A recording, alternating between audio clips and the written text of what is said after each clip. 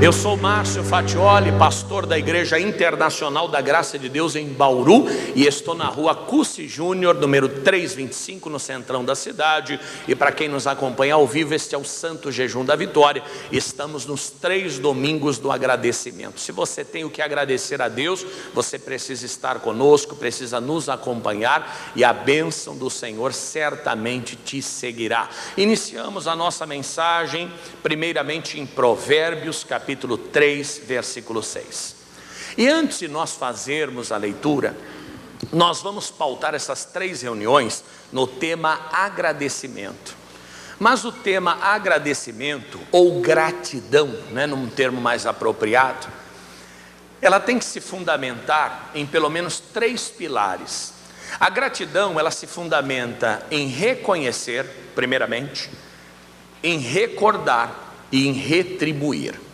A gratidão, ela é um sentimento que está dentro de nós, o sentimento de gratidão. Só que esse sentimento, ele só é exteriorizado quando nós preenchemos ou executamos esses 3 verbos ou essas 3 ações: reconhecemos, recordamos e retribuímos.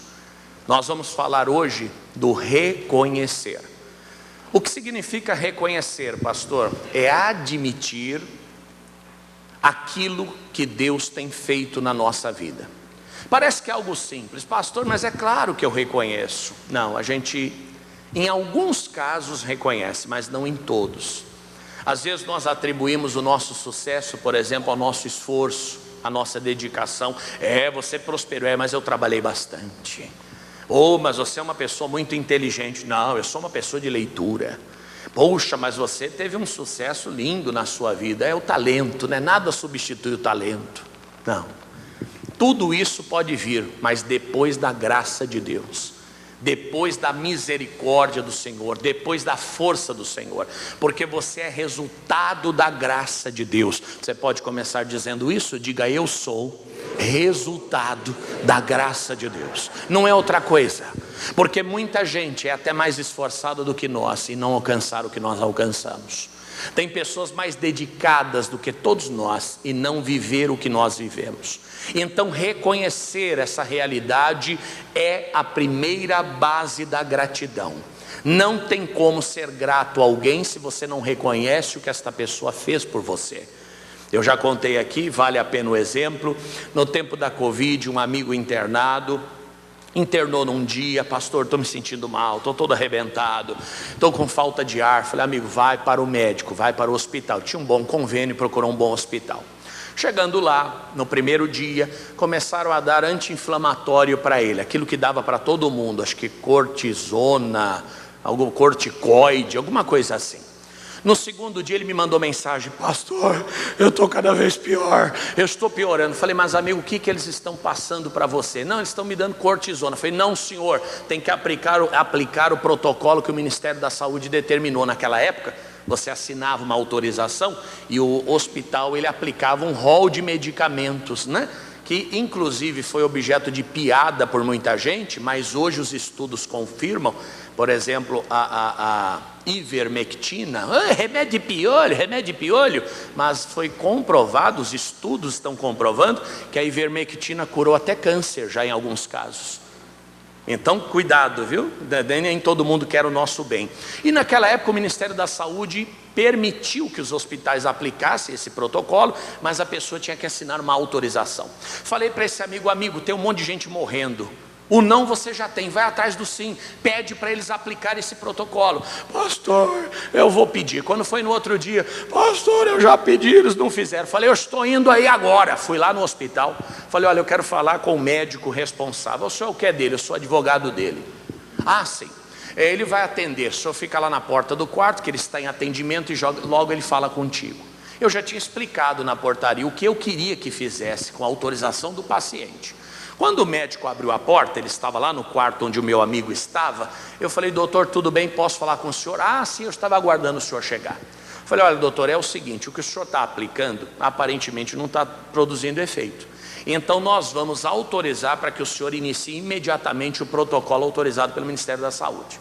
Não doutor, tudo bem, nós já vamos começar o procedimento, amanhã mesmo a gente já começa. Falei, excelente, muito obrigado e parabéns pelo trabalho. Ele saiu da sala, falei com meu amigo, falei, e aí, o que ele estava falando contigo aqui dentro? Pastor, ele estava dizendo que eu não entendo nada de remédio, que eu não tenho que escolher o tratamento não. Olha que falsidade.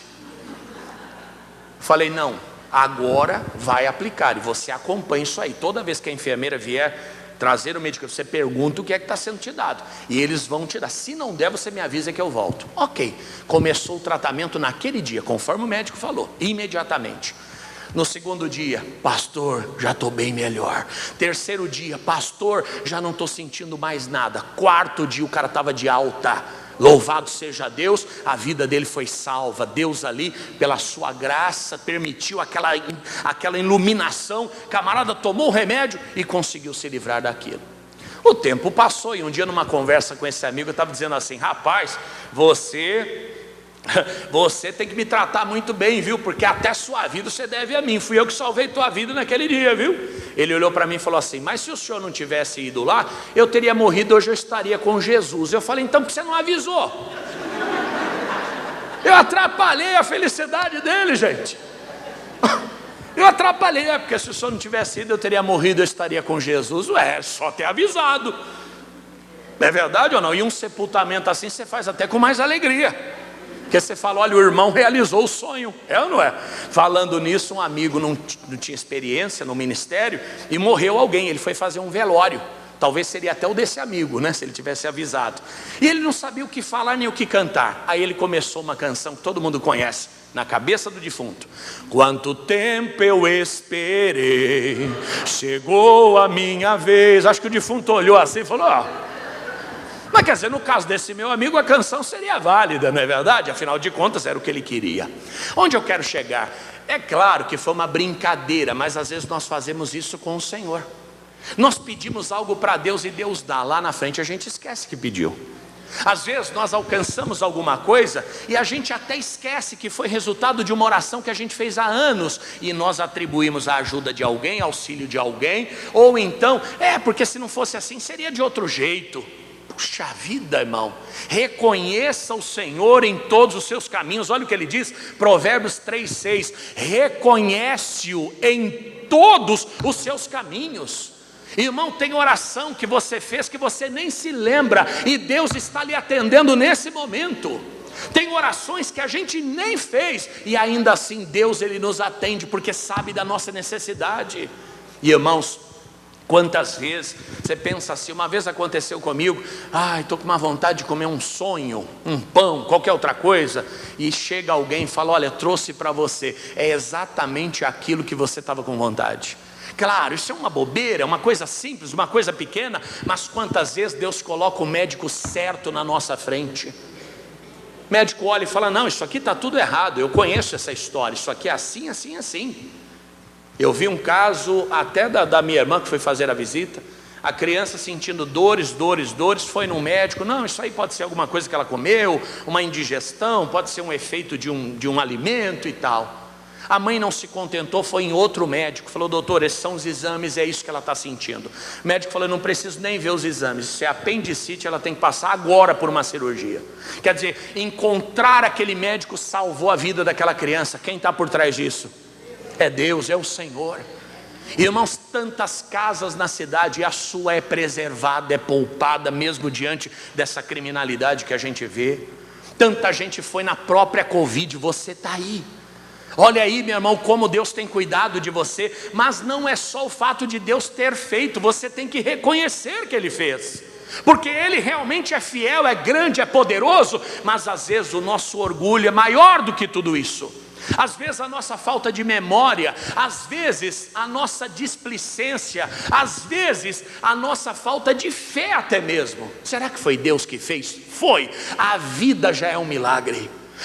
Deus não fez nada por mim. Você está vivo, então Ele já fez a maior obra que alguém poderia ter feito por você. Se não fosse Deus, nem aqui você estaria. Como você sabe que Deus existe? Porque eu existo. Porque se Deus não existisse, eu também não existiria. Diga glória a Deus, gente. Mas quantas vezes até o reconhecimento da existência de Deus é difícil para algumas pessoas. Tem gente que consegue reconhecer a existência do diabo, mas a existência de Deus ele não consegue admitir. Primeira coisa é reconhecer. Gratidão é fundado em reconhecer, recordar e retribuir. O nosso primeiro assunto aqui é reconhecer. Os homens de Deus do passado reconheciam a Deus em tudo. Não eram fanáticos. Eu sou contra o fanatismo, não gosto. Até como comentei ontem lá num tom de brincadeira, né? No nosso jantar, falei, pessoal, na verdade é uma surpresa, nós marcamos um jejum até meia-noite, tá bom? Depois da meia-noite é que a gente vai comer. Aí o povo olhou e falou, não, fica tranquilo, é brincadeira. Até porque se fosse assim, quem não teria vindo era eu. Eu não gosto de fanatismo. Jantar é jantar, jejum é jejum, irmãos. O pastor Caio fez um bannerzinho para o povo assistir o jogo da Copa do Mundo. E ele escreveu assim: oração, como é que era o banner? Culto de quê? Culto de jovens. Não, aí foi lá outro que fez. Ele mandou um banner para mandar para os jovens. Culto de jovens, vamos assistir o jogo do Brasil juntos. Espera aí, ou é culto ou é jogo, irmão. Não dá para fazer as duas coisas. Imagina o Brasil jogando, você move as águas, você vai. Mas é fanatismo, isso aí não leva ninguém a nada. Você não vai nem assistir o jogo, nem alcançar a Deus. Resumindo, você perdeu tempo. Você pode fazer um culto antes do jogo, você pode fazer um culto depois do jogo. Agora, no jogo não dá. Qual é o propósito? Como um amigo, casou, foi para a lua de mel. Chegou lá no hotel maravilhoso que eles iam passar a lua de mel, primeira noite, a noite de núpcias, oh glória a Deus. O camarada foi e ligou o missionário, estou seguindo a Jesus. A mulher falou, não amigo, por favor, na lua de mel não dá. É claro, missionário antes maravilhoso, depois maravilhoso, mas não tem condições, não se aplica. Sai dessa crentaiada que não leva ninguém a nada, gente. Quer crentaiar tudo, não é assim. Agora, quando a gente reconhece a Deus em nossos caminhos, não tem nada a ver com crentaiar. Tem a ver com consciência, tem a ver com realidade, tem a ver com os fatos. Deus está com a gente o tempo todo. E até assistir um jogo, que claro, é uma coisa que para mim não tem relevância nenhuma, mas eu acho interessante, conta da pipoca, da alegria, da união. Até isso é uma bênção que Deus preparou para você. Não, Deus preparou a oração. Deus preparou também a oração. Mas a família tem que ter festa, tem que ter churrasco, tem que ter alegria. No casamento tem que ter prazer, tem que ter paixão. Na viagem tem que ter lazer. A minha viagem já começa quando eu saio de casa. Quando eu vou viajar, eu me contenho, né? Porque se eu comer tudo que aparecer na minha frente, eu explodo. Mas quando eu estou de férias, viajo, alguma coisa, eu já paro no primeiro posto e já começo a comer logo que sair de casa. É viagem, é festa. Não podemos. A nossa vida tem que ser no mosteiro. Quem te chamou para isso? Não foi Deus. Deus te chamou para uma vida alegre, feliz e santa na presença dEle, que não tem nada a ver com fanatismo. Agora, uma coisa sim que é necessária: reconhecer a Deus em todos os seus caminhos. Primeiro, reconheça a Deus sobre aquilo que você é. Os homens do passado fizeram isso, tiveram sucesso. Vamos lá, 2 Samuel 7,18. Festa de aniversário, vamos orar pelo aniversariante. Claro, é válido, mas uma oração de 40 minutos você não me chama não, tá? Irmão, as crianças desesperadas para comer o bolo, o camarada quer ler o Salmo 119, irmão, que é o maior salmo da Bíblia. Pelo amor de Deus, quem aguenta gente assim, irmão? Eu lembro um dia eu pregando, a senhora sentada, o marido do lado, eu falando: olha, você não pode viver no adultério, o adultério é terrível, o adultério leva à morte, o adultério leva ao inferno. E a mulher assim, em cima da cabeça do marido, ó. Você acha que ela estava ajudando aquele marido? Aquele camarada nunca mais ia voltar na igreja, irmão. Outra coisa que eu não gosto, quem está visitando? Eu estou visitando, fica de pé. Visitante, seja bem-vindo. Eu nunca mais volto, se faz comigo. Quando você chega num lugar, você quer ser invisível, irmãos, essa é a verdade. Depois que você é familiarizado, aí você faz a festa. Mas quando você está chegando, o que você quer? Discrição. É isso ou não? Não, mas tem que homenagem. Não, é crentaiar a coisa, não precisa. Reconhece o Senhor. Jesus, obrigado por essa vida. Vai acompanhando de longe. Você que é um cristão, você que é um obreiro, você que é uma pessoa comprometida com as almas, identifica as pessoas pela primeira vez, vai lá, aborda a pessoa. Tudo bem, meu irmão?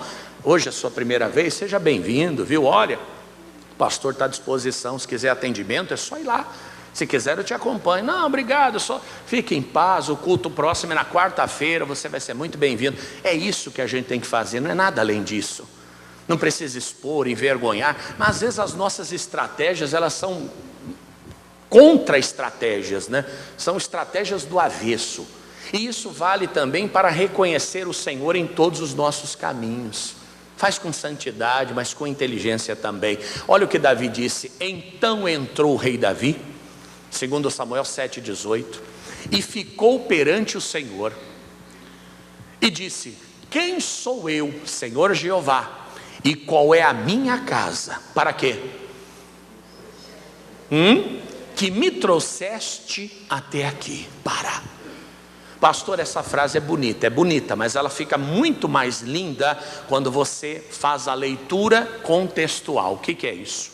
Davi um dia acordou, palácio maravilhoso, construindo, reino confirmado, um dos homens mais prósperos que já existiram, reino de Israel abençoado.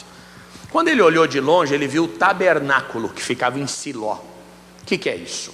O povo de Israel saiu do Egito, e no meio do caminho, indo para Canaã, o Senhor Deus deu os mandamentos a Moisés. Deu o livro de Gênesis, Êxodo, Levíticos, Números, Deuteronômio. Primeiro deu os 10 mandamentos, depois deu esses 5 livros. Nesses 5 livros, continha uma ordem para que Moisés construísse um tabernáculo. Deus deu a medida, deu os tecidos que tinha que ser usado, tudo certinho. Os levitas que foram constituídos para o ministério eram os responsáveis por montar, desmontar, carregar o tabernáculo. Eles eram responsáveis por isso. Era como se fosse uma lona de circo, não é redondo, é quadrado, mas a ideia é aquela, algo portátil que você monta e desmonta. O povo de Israel chegou na terra prometida, vieram carregando aquele tabernáculo por 40 anos, até que chegaram. Chegando em Siló, montaram o tabernáculo e lá ficou. O que tinha dentro do tabernáculo? A arca da aliança, né? O altar do sacrifício, tudo ficava ali. Só que o reino foi se desenvolvendo, e Davi ganhou de muitos amigos materiais da melhor qualidade para construir seu palácio. Resumindo, o palácio do rei, que não existia, se tornou uma coisa maravilhosa. Mas a arca do Senhor estava onde? Lá no tabernáculo. Nome bonito, mas o que era o tabernáculo? Era uma tenda. Davi olhou aquilo e falou: gente, nós estamos há tantos anos aqui já estabelecidos, não é certo a arca de Deus permanecer debaixo de pano. Não, eu vou construir um templo para Deus. Irmãos, ele consultou o profeta Natan era seu amigo, e acabou dando a ele um conselho positivo, mas que não era inspirado. Temos que tomar cuidado. Pastor, eu queria um atendimento com o senhor. Meu maior prazer é atender as pessoas, como eu gosto de ter as pessoas perto de mim. Mas se eu fosse você, considerava mais o que é dito no altar do que o que é dito no atendimento. Por quê? Porque no altar a palavra ela é geral e irrestrita, é para todo mundo. Isso aqui é revelação de Deus. No atendimento entra um monte de fator. Eu sou seu amigo, eu não quero te desagradar, eu não quero magoar você, eu não quero te chatear. Então a minha opinião, ela pode ser contaminada. Pastor, estou pensando em casar com aquela moça. Eu falo: qual? Ah, pastor, aquela. Falou: rapaz, moça bonita, hein? É isso aí, vai em frente. Pode não ser plano de Deus para ele, certo? Ou então, pastor, eu estou pensando em vender parafuso. Meu irmão, parafuso não dá dinheiro, acho que prego vende mais. Não, eu estou sendo influenciado por aquilo que eu acho, por aquilo que eu penso. Então a palavra segura, vai por mim, é a do altar. Essa não tem influência. Tanto é que às vezes eu posso até, durante a pregação, contrariar você. Às vezes eu posso até, aspas, ofendê-lo. Pode acontecer. Pô, o que o pastor está falando? O que é isso? Mas é uma inspiração. Pessoalmente, eu jamais falaria isso para você.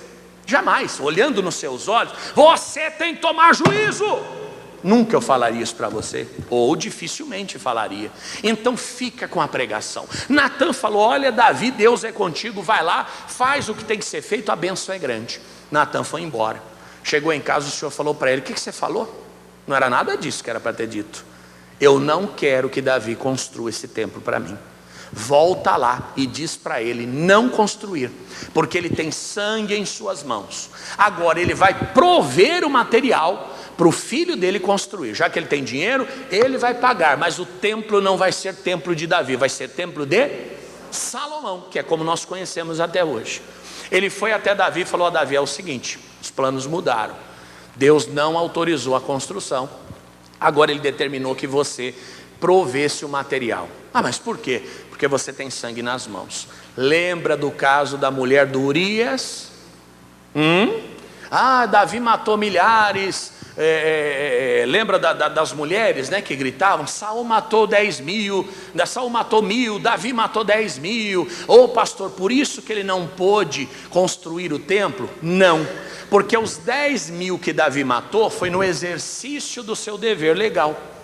Ele estava cumprindo o mandamento do pai. Era uma guerra, e na palavra e a ordem que veio era para quê? Para que ele vencesse a guerra, e foi o que ele fez. Ele não poderia ser responsabilizado por cumprir a vontade de Deus, mas adulterar com a mulher do seu guerreiro e colocar esse homem na frente da linha de batalha para que ele morresse na primeira luta, porque ele tinha engravidado aquela mulher, e para sorte dele não tinha o exame de DNA do programa do Ratinho. Então, se ele se livrasse do homem, não tinha ninguém para questionar a gravidez. Esse foi o plano. Ok, a criança morreu, o primeiro filho morreu, depois veio Salomão, e o Senhor restituiu a ele o perdão e o reino. Só que quando ele foi construir o templo, o Senhor falou: não, você não pode, porque aquele pecado que você cometeu me magoou tremendamente. Agora você vai dar o dinheiro para o seu filho construir. Desaforo, não? Além de não poder construir, ele vai ter que pagar. Sabe o que Davi respondeu? Colocou-se de pé e disse: quem sou eu, Senhor Jeová, e qual é a minha casa que me trouxesse até aqui? Ainda que eu não possa construir o templo, só por aquilo que o Senhor já fez na minha vida, eu já tenho que admitir que o Senhor é grande e eu não sou nada. O Senhor me conduziu, o Senhor me abençoou, e mais do que isso, lembra daquela canção antiga? Te chamei, filho meu, para ser vencedor, te tirei. Gente, onde você estava quando o Brasil inteiro cantava essa canção? Só a pastora Thelma que conhece? Não é possível. Quem conhece essa canção? Te chamei, filho meu. Quem não conhece essa canção, levanta a mão bem alto. Chama um Uber para mim que eu estou indo embora. Estou brincando, mas essa música fez muito sucesso, irmão, da Ludmilla Ferber. Toma os teus olhos, ponho em ti a minha visão, tomo sua boca, profetiza. No retorno o pastor Caio vai cantar ela. Resumindo, essa é a história de Davi. Foi tirado de trás das malhadas e colocado no reino de Israel. Só que o templo ele não pôde construir. Ai, ficou magoadinho. Não, falou: quem sou eu para questionar alguma coisa? Afinal de contas o Senhor me trouxe até aqui. Irmãos, foi Deus quem nos trouxe até aqui. Se a nossa vida cessasse hoje, nós não teríamos motivo nenhum para reclamar, porque até aqui o Senhor nos ajudou. Mas tem que reconhecer, e às vezes nós não reconhecemos. Irmãos, Deus me deu a graça, conheci Jerusalém, andei pelas ruas que Jesus andou, entrei no túmulo vazio. Só isso já teria valido a minha vida inteira. Mas alguém diz: pastor, e eu que não fui em Jerusalém? Você foi em tantos outros lugares. Você tem uma família maravilhosa, você tem tanta coisa boa. Irmão, reconhece o Senhor em todos os seus caminhos. É como oxigênio, ninguém dá valor. Inclusive nós respiramos automaticamente. É uma coisa tão misteriosa que a gente faz e nem percebe. Você já percebeu, você já notou que a nossa respiração ela é automática? Não é automático? Ou você tem que ficar lembrando de respirar? Ai, gente, esqueci de respirar. É automático. E quando a gente pensa nesse automático, aí é que fica difícil. Não ficou incômodo respirar agora? Porque agora você assumiu o controle disso. Quando você esquecer disso, vai naturalmente. Falando da respiração e do fôlego, isso aqui é nada, né? Uma barra de ouro vale 5 milhões, 10 milhões. Para uma pessoa que não está conseguindo respirar, e alguém dissesse: olha, me dá essa barra de ouro que você volta a respirar, daria ou não daria? É lógico, a respiração vale mais do que qualquer coisa dessa terra. Você está respirando? Então você é o mais rico dos homens. Aleluia! Você é o mais rico dos homens. Ô pastor, mas a luta está grande. Se você estiver respirando, você chega lá. Ai, mas eu recebi um não. Continua respirando, que o sim é só questão de tempo. Então a nossa preocupação maior é respirar. E até isso é automático. O Senhor fez de um jeito qual você não precisa se preocupar. Você vai produzir esse procedimento automaticamente. Reconhece o Senhor em todos os seus caminhos. Ai, o bolo queimou, minha vida não vale mais nada. Ai, bateram na lateral do meu carro. Ai, a conta de luz veio R$200. Irmão, o Senhor falou para Davi: você não vai construir porque a sua mão tem sangue. Ele se levanta diante de todas as pessoas e diz: quem sou eu e quem é a minha família para que Deus tenha me trazido até aqui? Resumindo, construindo ou não, o que Deus já fez na minha vida já é suficiente. Digo: obrigado, Jesus. Se a porta abrir, Ele me trouxe até aqui. Se a porta fechou, Ele continua comigo. Se eu recebo sim, aleluia. Se eu recebo não, aleluia, do mesmo jeito. Irmãos, tudo que Deus já fez. Eu sempre conto, né?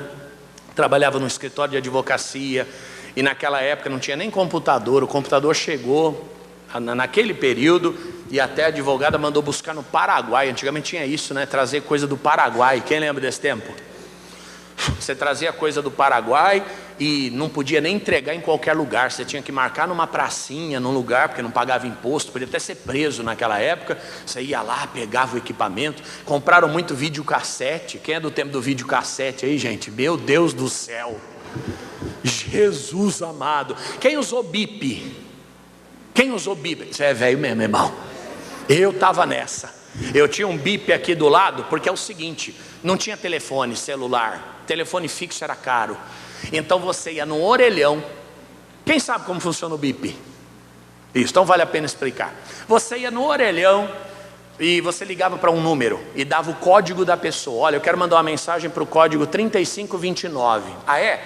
Sim, o que você quer mandar? Diga assim: ó, fulano, eu vou te esperar às 17 horas na porta da igreja. Só isso, senhor? Só. Muito obrigado. Mandava. Aí a pessoa com aquele aparelhinho recebia uma mensagem de texto. Pi, pi, pi, pi, pi, pi. Ela pegava, estava lá o seu recado. Num tempo em que você não tinha telefone, meu Deus do céu, isso era uma mão na roda, não é? Imagina você, porque antigamente os desencontros eram permanentes. Não tem como. Então você vê, eu trabalhava nesse escritório, não tinha computador, não tinha nada. Irmãos, e eu via aquela advogada trabalhando, eu via as coisas acontecendo, eles eram prósperos, eles eram abençoados. Eu pegava os livros de direito, ficava folheando nas horas vagas, e naquele momento eu tinha um sonho. Qual que era o meu sonho, gente? Qual que era o meu sonho, gente? O quê? Não, eu queria só uma blusa, que nem a blusa eu tinha, passava um frio do caramba. Meu sonho naquele tempo era só ter uma blusa para vestir. Eu não queria ser advogado, não tinha nem possibilidade. O que é isso? Eu trabalhava para comer. Eu ganhava meio salário mínimo. Pagava um salário, depois diminuiu para meio. Eu falei: meu Deus do céu. E o meu sonho era ter uma blusa para vestir, porque eu só tinha uma, às vezes lavava e não secava para outro dia. E a blusa úmida era pior do que não usar. Saía de casa 7, 6 da manhã, São Paulo, 6, 7 da manhã. Isso aqui é rotina, é daqui para mais. Quem já morou lá sabe disso. E eu pegava o metrô, irmãos, ia até o centro da cidade, uma luta tremenda. Depois tinha que comer a bendita da marmita. Abria aquela geladeira, a marmita olhando para mim. Falava: Satanás, um dia eu me livro de você. Hoje marmita é moda, mas antigamente era sinônimo de sofrimento, irmão. Era peão que levava marmita. Hoje não. Hoje a pessoa gosta do tempero, não come isso, não come aquilo, faz a marmitinha, abóbora, não sei o quê. Eu sempre tive raiva disso aí. Eu gosto daquele marmitex, o novo, alto assim. Aquele que quando você abre, faz assim, ó, buf, de tanta coisa que tem dentro. Agora a marmita de casa, Deus que me livre. Resumindo, eu não tinha sonho, irmãos. Deus me permitiu ser advogado, nunca imaginei. Eu só queria comer, eu só queria ter a blusa, eu só queria ter vida. Irmãos, criado numa família onde tinha espírita, budista, tinha todo tipo de gente, mas não tinha um crente, nunca tivemos contato com a palavra. Como é que pode Deus me trazer até aqui?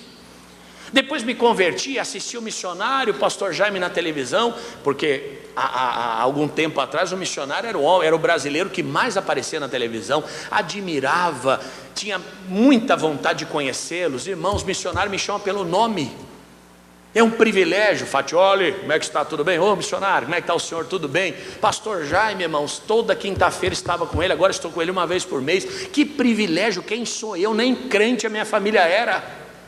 Morava num conjunto do CDHU, irmão, uma casinha desse tamanho, uma luta tremenda. E o pior, que me chateou demais, a advogada, que devia ter, eu tinha acho que 14, 15 anos na época, ela devia ter uns 25, então coisa de 10, 12 anos mais do que eu. E um dia desse eu pesquisei o nome dela, para encontrá-la, para dar um abraço nela, agradecer por tudo, porque naquele tempo me ajudou bastante, por mais que fosse pouquinho, mas era o meu sustento. E o cadastro dela foi baixado. Falei, meu Deus, o que aconteceu? Aí encontrei uma senhora na internet com o mesmo sobrenome, mandei mensagem, e ela me respondeu, olha, infelizmente minha irmã faleceu. Irmãos, quem tinha muito mais chance de morrer era eu do que ela. Ela morava no Brooklyn naquela época, em São Paulo, gente de grana, ali não mora qualquer pessoa. Eu morava em São Miguel Paulista, no Morro do Macaco Molhado. O time do futebol lá, como era o nome do time, David, do seu bairro lá? Era o Sabugo. O time de futebol de onde a gente morava era o Sabugo. Resumindo, irmão, eu tinha muito mais chance de estar morto hoje do que ela. Olha o que o Senhor fez, eu não entendi nada. Chegamos até aqui. Quantas pessoas já foram e você ficou? Quantas pessoas, irmãos, quantas pessoas sonham com a vida que você tem? Deus, tudo que o Senhor já fez por mim até hoje já é suficiente para eu te amar por toda a eternidade. Diga glória a Deus, gente. Mas o primeiro é reconhecer. Se eu não reconheço, eu não tenho a base da gratidão. O segundo, reconhecer que o que ele era veio do Pai, veio de Deus. O segundo é reconhecer o quê? Que aquilo que se faz também é obra de Deus. Olha o que diz o livro de 1 Samuel 17:37. 1 Samuel 17:37. Quem sou eu e quem é a minha casa para que o Senhor nos trouxesse até aqui? Davi reconheceu que o que ele era graça pura, era misericórdia pura, era perdão puro, era beneficência do Senhor pura. Mas não só reconheceu que o que ele era fruto desse amor, ele reconheceu também que o que ele fazia era resultado do poder e da vida de Deus sobre ele. O que você faz? Pastor, sou bom em matemática. Pastor, sou bom em geografia, história, ciência. Pastor, eu tenho uma letra bonita. Eu sou um exímio administrador. Pastor, eu sou uma pessoa que tem facilidade para vender, para comprar. Eu ganho dinheiro, eu administro bem. Eu tenho uma família maravilhosa. Eu tenho uma fé tremenda. Pastor, eu sou bonito, eu sou bonita. Porque tem gente que é bonito mesmo, né? Eu falei para a Lívia, falei, meu Deus, na minha família só tem gente feia, irmão. Minha mãe fica doida quando eu falo isso. Para de ser besta. Falo, mãe, mas olha o perfil da turma, Deus me livre. Mas são bonitos por dentro, então vira do avesso. Porque tem gente, irmãos, tudo que Deus criou é bonito. Diga isso para a aranha caranguejeira, para a tartaruga. É claro que para o estilo dela é maravilhosa, não é verdade? Mas você daria um beijo na boca de uma tartaruga? É coisa que é bonito, feio ao mesmo tempo, né? O sapo. Sapo é bonito?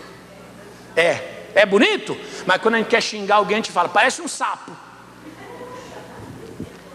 É claro que para a espécie deles, né, para o mundo animal, a criação de Deus é maravilhosa. Tem sapo verde fluorescente, tem cobra que parece que é pintada à mão, né? Que no zoológico de Bauru mesmo tem as cobras lá, coisa linda. Mas é o bonito feio, não é verdade? E na nossa realidade humana é a mesma coisa. Tanto é que a Bíblia fala de Saul e diz que dos homens da sua época, do pescoço para cima ele era o mais bonito. A própria Bíblia admite que Saul era mais bonito que os outros. Então é bíblica, a feiura é bíblica, gente. Não sou eu que estou inventando. Tem gente mais bonita, tem gente menos bonita. Quem aqui é bonito? Levanta a mão. Graças a Deus. Tem gente que não levantou, não. O problema é seu. Você é bonito? Graças a Deus por isso. Não é? Mas tem pessoa, irmão, que tem o rosto de modelo. Tem pessoa que tem o rosto perfeito, tem pessoa que tem o corpo perfeito, tem pessoa, não é verdade? E tudo isso vem do pai, é genética. Só que às vezes a pessoa acha que é um mérito dela. Irmãos, a nossa aparência, tirando os retoques necessários, né? Dar uma ajustadinha na barba, pentear o cabelo, escovar o dente, tirar os pelos da orelha. Eu estava com um pelo desse tamanho na orelha aqui, ó. Falei, misericórdia. Vai ficando velho, a orelha vai crescendo, os pelos vão crescendo. Tem que ir tirando tudo. O resto é genética, irmão. O nariz, você tem um nariz bem formadinho, foi Deus, irmão. Você não escolheu ser assim. Tem um olho bonito, claro, né? Ontem lá no casal, cadê a irmã do olho claro, lá do marido do olho claro? Ah, é o Wallace, né? A esposa mandou no Correio Elegante. Meu tempo chamava Correio Elegante. É Correio Elegante ainda? Ainda não mudou, né? Então, eu pedi a Deus um homem com olho claro, veio você. Olha, tá vendo, gente? Quer dizer, foi ele que escolheu ter aquele olho? Não foi, nasceu assim. Irmãos, muita coisa, foi um presente. O Senhor olhou e falou, toma. O Senhor olhou e falou, receba. O Senhor olhou e falou, é seu. Então é tudo dele. Muita coisa nós participamos, mas a grande maioria daquilo que não está no nosso controle é de Deus, inclusive a nossa força. Você fala, pastor, eu tenho força para vencer problemas. Eu mesmo não tenho problema com problema. Claro, a gente sofre, né? A Lívia que fala, calma, vai devagar, você está isso, você está aquilo, você fica olhando isso, você fica olhando aquilo. Mas Deus me chamou para resolver problemas, não tenho dificuldade. Mas nem todo mundo tem essa estrutura. Eu lembro uma vez em Santos, nunca havia passado por um assalto. Uma vez num ônibus no sertão, mas foi diferente. Eu e a Lívia andando de mãos dadas, passaram 3 vítimas, que eles é que são as vítimas, né? Passaram 3 vítimas de bicicleta, eu falei para ele, cuidado com o seu relógio. É um reloginho ruim, mas é um relógio. E foram embora. E eu continuei andando de mãos dadas com a Lívia lá em Santos. Quando chegou naquele finalzinho da praia, que tinha o porto, a gente ficou praticamente sozinho, mas ainda tinha um pedaço de praia assim, que o povo ainda estava. Daqui para frente era o canal onde os navios do Porto de Santos atravessam. Daqui a pouco eu olho, aqueles 3 de novo, olharam para mim e falaram assim, é sua esposa? Eu olhei e falei, por quê? Você está perguntando? Que ele achou que eu era gringo, né? Eu com a neguinha, falou, pronto, a neguinha já deu o golpe aí, e o gringo já quer levar embora a neguinha, né? Nega bonita, não sobra uma, né? Olhei para ele e falei, por que você está perguntando? Ele falou, é um assalto. Falei, você está louco, rapaz? Ali eu dei uma de doido, irmão. Falei, você está doido, rapaz? Aí veio outro, se aproximou de mim, eu já armei para dar uma na cara dele. Não faça isso, pelo amor de Deus, irmão. Mas ali eu não tive opção, porque foi instinto. Eu não escolhi fazer aquilo, é o meu jeito. Eu já armei para dar uma na cara dele, mas não precisei, que ele já caiu de costa. Não foi, Lívia? Na hora eu vi que já tinha um outro atrás de mim, eu comecei a gritar, assalto, assalto, porque aí chamava a atenção do pessoal da praia. Irmãos, quando eu percebi que eles recuaram, eu corri. Quando eu olho para trás, quem tinha ficado? Eu, corre, Lívia! Aí que ela, Cada um age de um jeito. Irmãos, eu na hora já armei para dar a pancada na cara das vítimas, e a Lívia ficou travada. Ela já tinha que ter corrido desde a primeira hora. Mas é o jeito, cada pessoa reage de uma maneira. No medo, na tensão, ou você ataca ou você trava. É assim que a gente reage. A minha natureza já é de ir para cima, irmão. Sinceramente, um dia um motoqueiro me fechou, eu andando na rua, e ele na minha frente procurando um número. Tudo bem, até aí tudo bem, mas era uma descida e uma rua molhada e toda cheia de ondulação. O carro estava assim, ó. De repente ele entrou na frente do meu carro. Eu parei. Não, rapaz, você está doido? Você entra na frente do carro do nada? Então agora você vai ver. Desceu da moto na frente do meu carro. Irmão, eu engatei a primeira, falei, não vou ver nada. Ele pegou a moto dele, jogou na calçada. Louco! Irmão, eu não sou de briga, eu não ando armado, eu não teria como me defender. A única coisa que me restou foi engatar a primeira e sair. O problema é que eu ia ter saído por cima dele, mas é uma reação natural, nós agimos assim, é natural. Tem outro que trava, o motoqueiro vai lá, espanca o cara pela janela, como a gente vê. Eu não sou desse, eu passo por cima, desculpe a sinceridade, mas é porque é instinto. Que fique registrado aqui nessas câmeras, nem tente que vai se lascar. Então, mas pastor, o senhor realmente é corajoso. Não, eu sou assim porque Deus me fez assim, é a minha natureza. Natureza a gente não escolhe. Tem pessoa que já tem a mesma ousadia nos negócios, tem pessoas que têm a mesma ousadia na vida sentimental. Eu só casei que a Lívia me cantou. Verdade, eu era daquele tipo que ia no bailinho, ficava no canto esperando alguém me escolher. Resumindo, só ia lá só. E geralmente me sobrava vassoura. Lembra que dava vassoura pro cara? Ô irmão, pelo amor, não basta ser solteiro, tem que ser humilhado.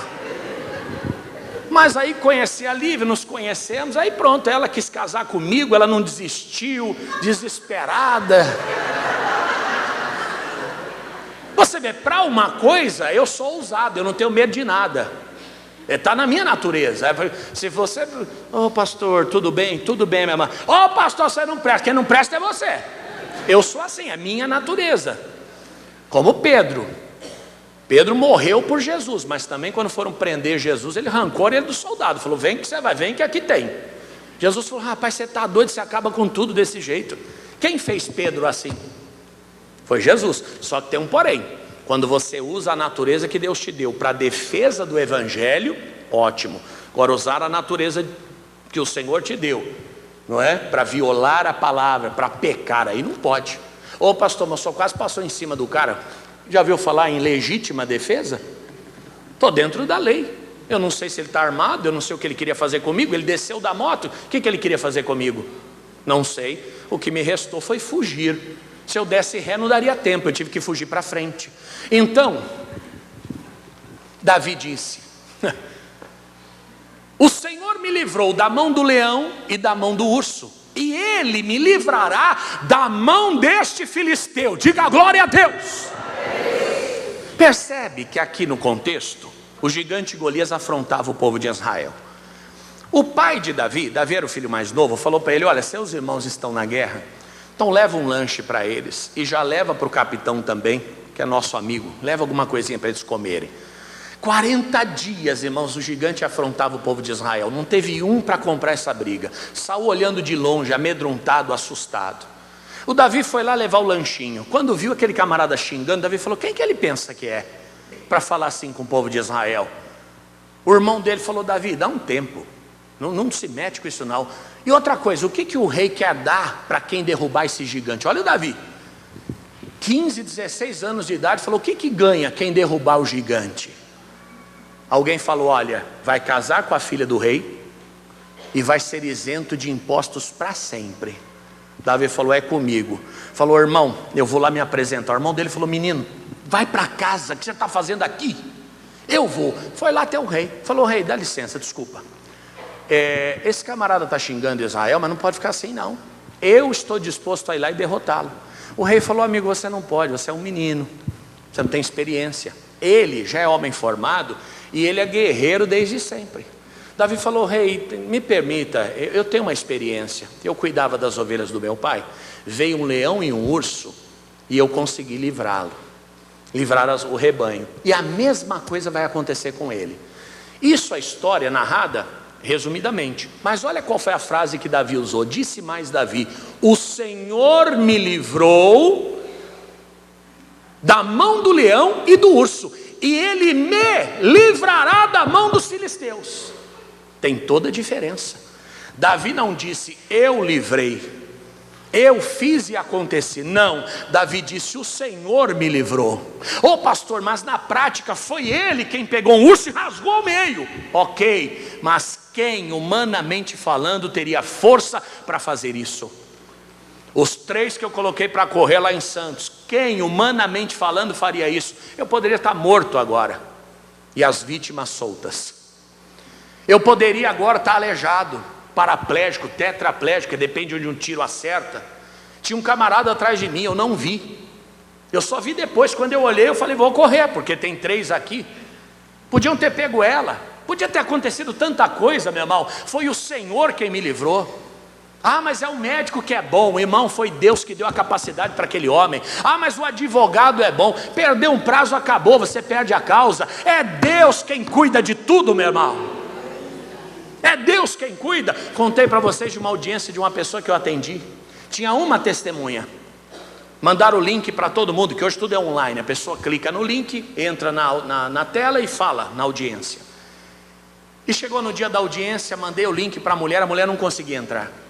Falei, excelência, ela está tendo dificuldade de acesso. Doutor, então ela tinha que estar aqui presencialmente. Eu falei, mas excelência, é uma senhora, se a senhora puder ter um pouquinho de paciência, vai dar certo. Doutor, se ela não entrar em 5 minutos, passou 5 minutos. Falei, excelência, ela não conseguiu. Eu falei, tem como ela ir até aí? Ela falou, tem 10 minutos para ela chegar aqui no fórum. Uma cidade como Bauru. Eu falei, excelência, pelo menos 15. Doutor, é 10, se não chegar está precluso, acabou, eu vou julgar. Irmãos, 1 minuto, a mulher não chegava. 2, 3, 4, e a juíza lá digitando sei lá o que, devia estar jogando, fazendo, estar digitando. 9 minutos, 10 minutos, a juíza levantou a cabeça, doutor, pum, desligou tudo.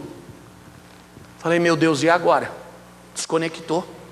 Será que é a minha internet? Será que é a internet dela? O que está acontecendo? Meu Senhor. Fiquei parado do jeito que eu estava, esperando, e o troço rodando assim. De repente abriu a tela de novo. Puf! Quem estava sentado? A testemunha. A juíza voltou, tomou a palavra, falou, olha, nós vamos recomeçar a audiência, peço perdão a vocês, é que a luz do fórum foi interrompida e nós vamos agora prosseguir, tá bom? Pode falar, senhora, o que aconteceu? Irmãos, a luz caiu no momento em que eu ia perder o direito de ouvir aquela mulher. Você fala, pastor, isso é de sorte.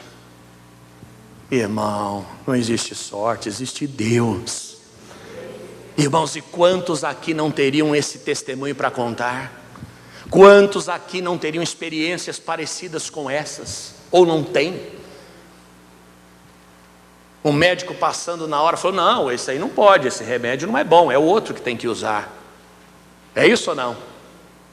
Eu conheci uma que casou com um cara que bateu no carro dela.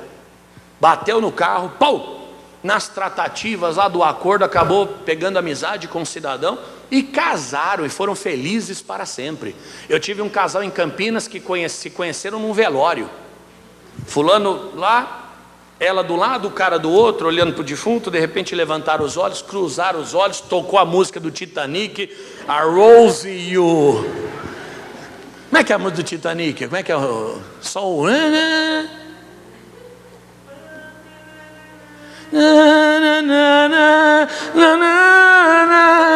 Pronto, e foram felizes para sempre. É Deus, irmão.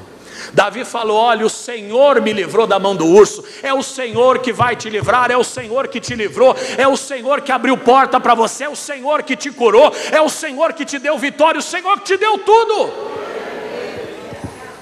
Mas tem que reconhecer que é Ele, não nós, mas Ele. E por último, ele reconhecia que o que ele era fruto da graça de Deus e do amor do Senhor. Ele reconhecia que o que ele fazia era na força de Deus. Tanto é que ele reafirmou, o Senhor me livrará da mão do filisteu. Não deu outra. Pum, pedra na testa, pá, caiu. Foi Deus, irmão. Uma pedra não derruba um gigante, irmão. É impossível. mas o que ele tinha também foi o Senhor que deu. 1 Crônicas 29, 12. E aqui a gente encerra. 1 Crônicas capítulo 29, versículo 12. Isso.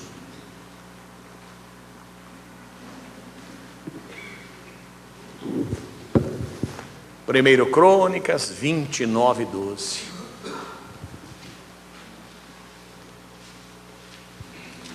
Falamos no início que o Senhor disse a Davi: você não constrói, mas você vai prover. Só que não era ainda o momento da construção. Salomão ainda precisava assumir o trono, e o trono foi passado para Salomão, de Davi para Salomão. E o Davi precisava fazer também a transferência dos bens para poder promover a construção do templo, e ele fez. O Senhor determinou o que tinha que ser de ouro, o que tinha que ser de prata, de bronze, não era qualquer coisa. Por isso que eu sempre chamo a atenção, irmãos, nessa questão da oferta. É verdade que esse assunto foi um tanto quanto prostituído, não é? A gente tem que admitir. O fim dos tempos acabou prostituindo assuntos que são sagrados. E por se multiplicar a iniquidade, o amor de muitos se esfriará. Mas a oferta é santa, porque o Senhor é santo. Então Davi, ele entendia isso, e o Senhor determinou: olha, são tantos quilos de ouro, são tantos quilos de prata, são tantos quilos de bronze, você vai ter que colocar madeira de cedro, seda, coisa da melhor qualidade, o templo não poderia ser feito de outra maneira. E Davi então prepara a entrega daquela riqueza toda, e olha o que ele fala quando ele vai entregar esse material preciosíssimo: e riquezas e glória vêm de ti, e tu domina sobre tudo, e na tua mão há força e poder, e na tua mão está o engrandecer e dar força a tudo. A vida é dele, não é? No versículo 13, nós vamos ler até o 14. Agora pois, ó Deus nosso, graças te damos e louvamos o nome da tua glória, porque quem sou eu e quem é o meu povo, que tivéssemos poder para tão voluntariamente, dar coisas semelhantes, porque tudo vem de ti, e da tua mão tu damos ou te damos. Irmão, Davi prepara toda aquela riqueza. Dizem os estudiosos que essas riquezas, muitas, foram extraídas do Brasil. Diz que os portugueses chegaram atrasados, viu? Nos reinos antigos já havia contato com o Brasil. Tanto dizem que Barzilai, que era amigo de Davi, né, o nome Brasil vem de Barzilai. Diz que foi uma adaptação do nome. Depois pesquisa sobre isso, porque é um assunto muito interessante. E Israel acabou extraindo muito desse ouro, adquirindo de todas as formas. Davi levantou o povo e falou: gente, vamos todos reunir, porque eu vou ofertar, mas eu quero que todos vocês ofertem. Por isso falamos alguns dias atrás, alguns dias, que Davi disse: pagarei os meus votos diante de toda a congregação. Por quê? Porque Davi era como chama hoje o famosinho da internet? Influencer da época.